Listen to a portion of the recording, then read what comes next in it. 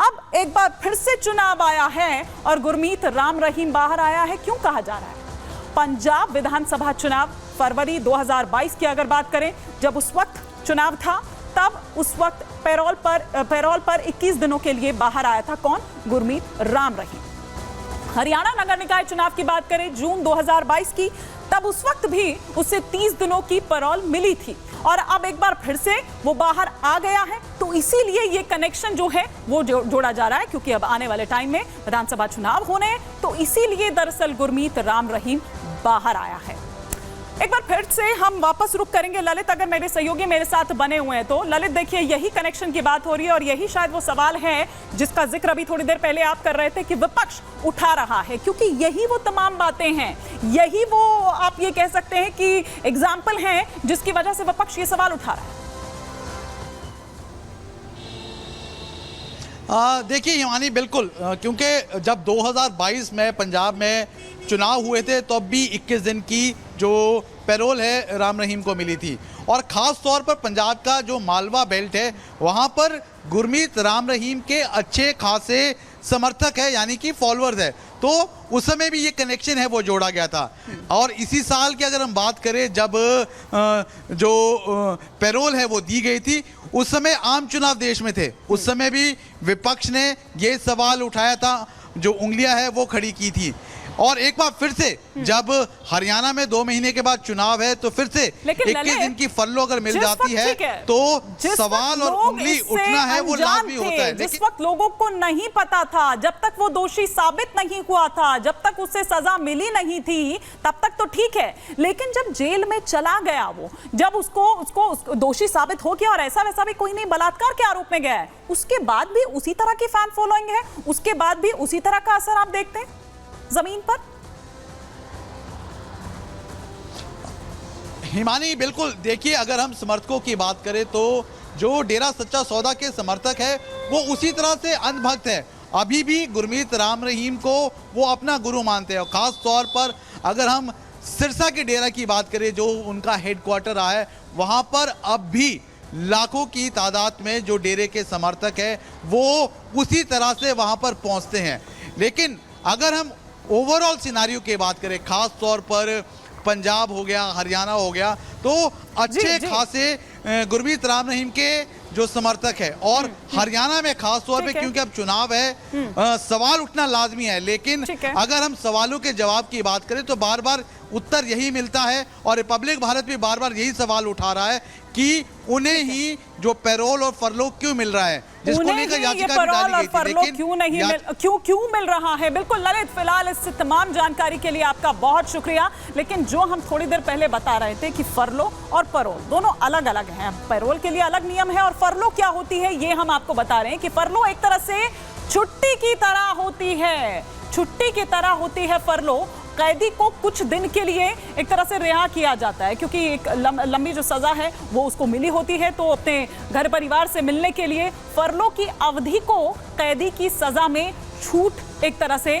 आप कह सकते हैं। साथ ही कैदी के अधिकार के तौर पर इसे देखा जाता है कि ये उसका अधिकार है, उसको फरलो मिलना। ये सिर्फ सजा पा चुका जो कैदी है उसको ही मिलता है, वो ही उसका अधिकार उसको होता है। जिस कैदी को लंबे वक्त के लिए सजा मिली हो उसी को ये अधिकार होता है। तो 20 साल अगर हम देखें उस तरीके से, और अभी तक अगर हम देखें तो 5 साल वो काट चुका है। इसका मकसद कैदी परिवार समाज के जो लोग हैं, परिवार समाज के जो लोग हैं, उनसे दरअसल वो मिल सके।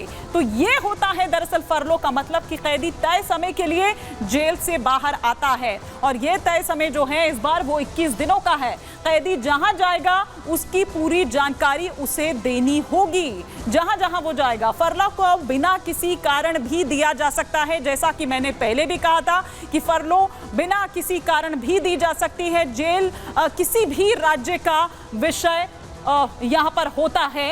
हर राज्य में फरलो के अलग अलग नियम जो हैं वो दरअसल होते हैं, मतलब पंजाब में अलग होंगे और साथ ही साथ अगर हम उत्तर प्रदेश की बात कर लें या उत्तर प्रदेश में अगर बात करें तो उत्तर प्रदेश में तो फरलो देने का कोई प्रावधान ही नहीं है, कोई इस तरह का नियम ही नहीं है। तो ये हम आपको यहाँ पर बता रहे हैं कि क्या होती है फरलो और क्या उसका जो नियम है वो दरअसल कहते हैं। अब आइए हम पैरोल का भी जिक्र यहाँ पर कर रहे थे, तो फरलो और पैरोल का उसका जो डिफरेंस है वो क्या होता है ये भी हम यहाँ पर आपको बता देते हैं। क्यों हम कह रहे हैं कि फरलो पैरोल से अलग होती है। अब देखिए फरलो और पैरोल दोनों अलग अलग बातें हैं। आप इसको इस तरीके से समझिए कि प्रिजन एक्ट 1894 में फरलो पैरोल का जिक्र किया गया था। मतलब पहली बार जब ये आता है तो तब 1894 में, और इधर फरलो सिर्फ सजा पा चुका जो कैदी है, थोड़ी देर पहले यही हम आपको बता रहे थे कि वो दरअसल उसे मिलती है। तो फरलो की सिर्फ सजा,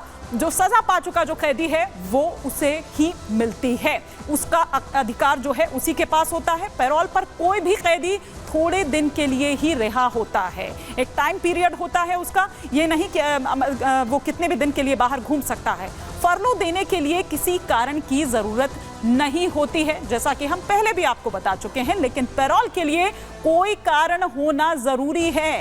पैरोल के लिए आपको बताना होगा। पैरोल तभी मिलती है जब कैदी के परिवार में किसी की कोई मौत हो जाए, कोई अनहोनी ऐसी हो जाए, कोई ऐसी घटना हो जाए, या ब्लड रिलेशन में अगर किसी की शादी हो तब उसे पैरोल मिल सकती है। ये वो तमाम नियम हैं जो पैरोल के लिए दिए जाते हैं।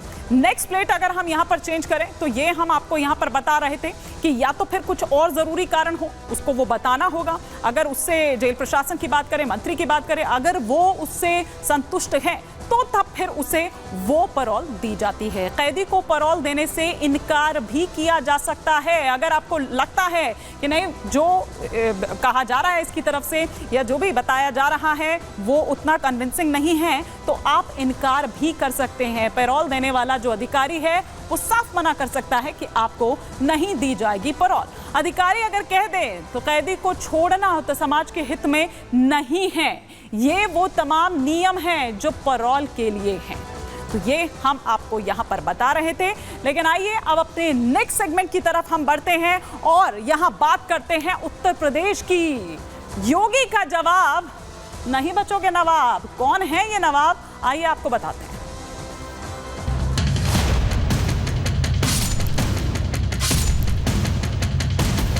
उत्तर प्रदेश की बेटी और व्यापारी के जीवन के साथ खिलवाड़ किया, याद रखना वह सजा देंगे जो नजीर बनेगी। पुलिस और यहाँ के पूंजीपति मिलके ये षड्यंत्र कर रहे हैं। कौन सी नौकरी थी जो 15 साल की बच्ची जो है वो रात में उनसे मांगने गई। इनका बचाव करते करते समाजवादी पार्टी रेप के पीड़िता पर ही सवाल खड़े कर देती है। और समाजवादी पार्टी से नवाब सिंह का कोई संबंध नहीं है।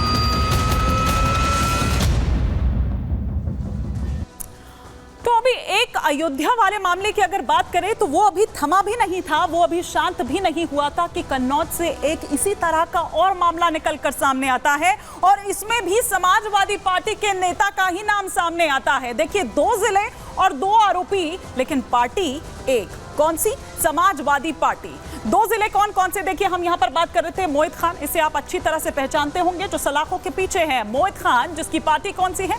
समाजवादी पार्टी। और अवधेश प्रसाद के साथ कई तस्वीरें जो हैं वो आप यहां पर देख चुके हैं। और फिर दूसरा मामला निकलकर सामने आता है नवाब सिंह यादव का। इनकी पार्टी भी कौन सी है? समाजवादी पार्टी। इसीलिए दरअसल बीजेपी सवाल उठा रही है और बीजेपी ये कह रही है कि ये समाजवादी पार्टी के डीएनए में ही अपराध है, इसीलिए दरअसल कहा जा रहा है। अगर हम पद की बात करें तो मोहित खान नगर अध्यक्ष बादरा में, और जबकि यहां अगर हम बात करें तो पूर्व ब्लॉक प्रमुख ये रहा है कन्नौज में। तो ये 2 जिले जहां से 2 आरोपी निकलकर सामने आते हैं।